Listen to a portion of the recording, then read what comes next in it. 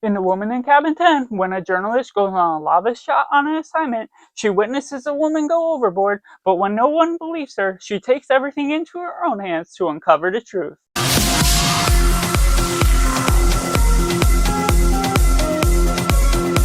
And welcome Cinema, where we focus on a film. I'm Josh, this is Simply Cinema. Let me know down in the comments below what you thought of The Woman in Cabin 10, now streaming on Netflix. Is it good, is it bad, or somewhere right in the middle? Or if you're waiting for this review to decide if you're going to see it or not, and taking it right in a positive. The Woman in Cabin 10 has the capsule of a mystery that is intriguing throughout. What we get out of the cast is pretty decent and fair for where you're taking the script as a whole. Kiera Knightley handles the mannerisms well as sort of this woman that's acting as the journalist, trying to figure out all the clues, all the different things about a woman she stumbles in cabin 10 and later sees someone fall out onto overboard from the lava shot. And following about that, you're getting all these different cast members. Guy Pearce is the other notable name that is attached to this project, but follows about these different mannerisms, what we're getting. And when we're looking at the villain of the story, the antagonist, you're constantly going about trying to guess who is the victim and who is sort of in charge of the whole operation, who is hiding all the secrets that leads to that woman go overboard, that we ourselves get to witness just as well, and trying to figure out why people are not believing her, why there's so much things going on.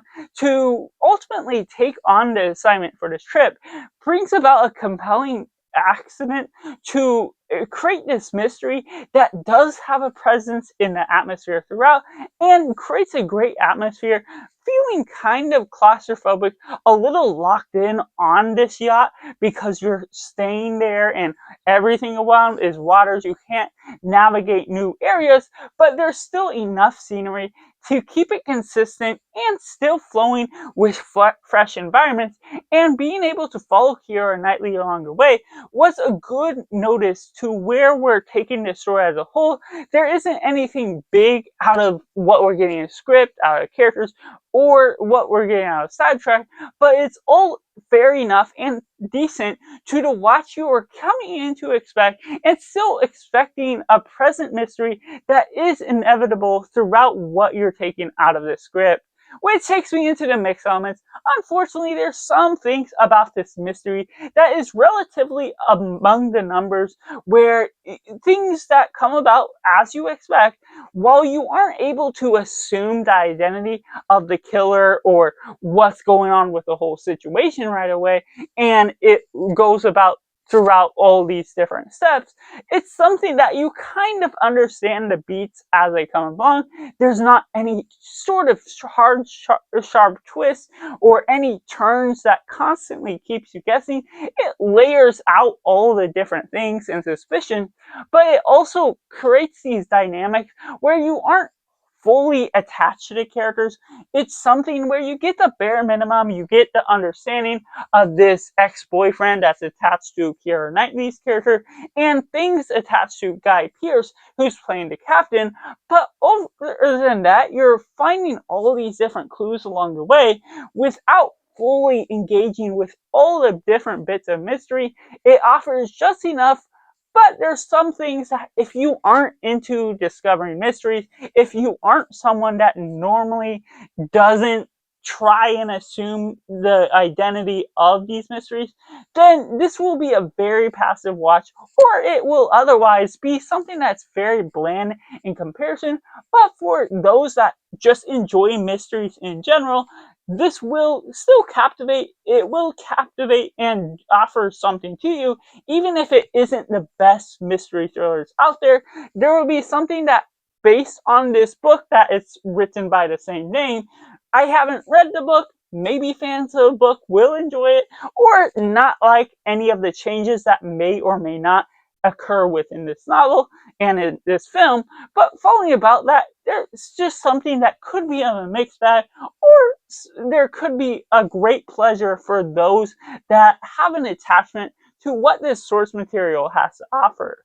which takes me into the negatives. Unfortunately, there's aspects here and there that just lay out a groundwork where there's constant gaslighting over this one character, the journalist played by Kiera Knightley, and just going about that, it's constantly kind of annoying or frustrating to a time to go about that trope. There were certain aspects to that where I kind of get it, I kind of understand, but that only makes it more difficult to try and guess who is the killer, which shouldn't be easy to figure out, but you're not coming across some real clues that will engage with the mystery, and creating the gaslighting environment is just constant engagement in order to cover up the writing, in order to figure out excuses for the audience to not know who is actually suspicious versus those that are very just out of this world trying to cover themselves up.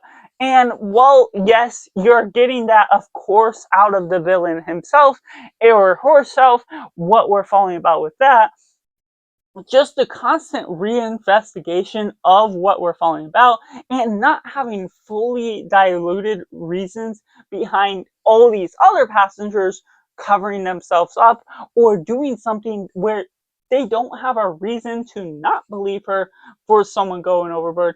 It just falls about along the way with some frustrating traps that you're thrown into, covering up all that writing that otherwise could create some dynamic characters, some complex writing, and a soundtrack that could have amped up the environment a little more. While the atmosphere is grand enough, certain things keep you engaged with what you're getting out of the bare minimum.